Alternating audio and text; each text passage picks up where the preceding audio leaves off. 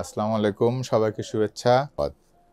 আচ্ছা, আমাদের আরেকজন দর্শক বা ভিউয়ার কোশ্চেন করছেন। উনি হলো অনেক মিহা, ডিএন 2OC আর কি।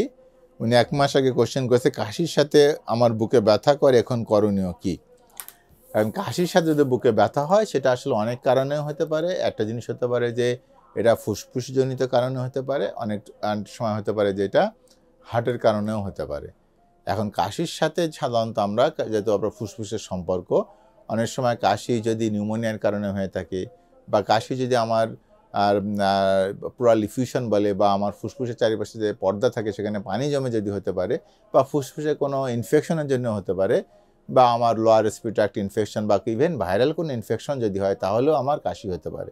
এখন এই কাশির সাথে কখনো বুকে ব্যথা হতে পারে। সেটা অনেক সময় দেখা যায় যে কাশতে কাশতে বুকের মাসেলগুলা দুর্বল হয়ে বা বুকের মাসেলগুলোর জন্য হতে পারে, বা বুকের মাসেল যেগুলো আছে সেগুলো ইনভলভ হয়ে বা ফুসফুস ইনভলভ হয়ে বা ফুসফুসের সমস্যা হয়েও আসলে আমার বুকে ব্যথা হতে পারে কাশির সাথে। অথবা হার্টের কারণে যেটা বুকে ব্যথা হচ্ছে, তার পাশাপাশি আমরা যেটা হতে পারে যে যদি হার্ট দুর্বল হয় তাহলে ফুসফুস অনেক সময় পানি জমে, তখনও কিন্তু কাশি হতে পারে।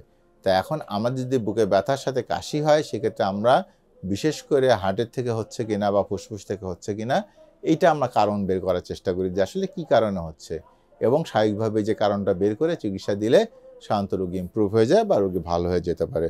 ধন্যবাদ অনেক মিহা আপনাকে সুন্দর প্রশ্ন করার জন্য এবং আমাদের সাথে থাকার জন্য।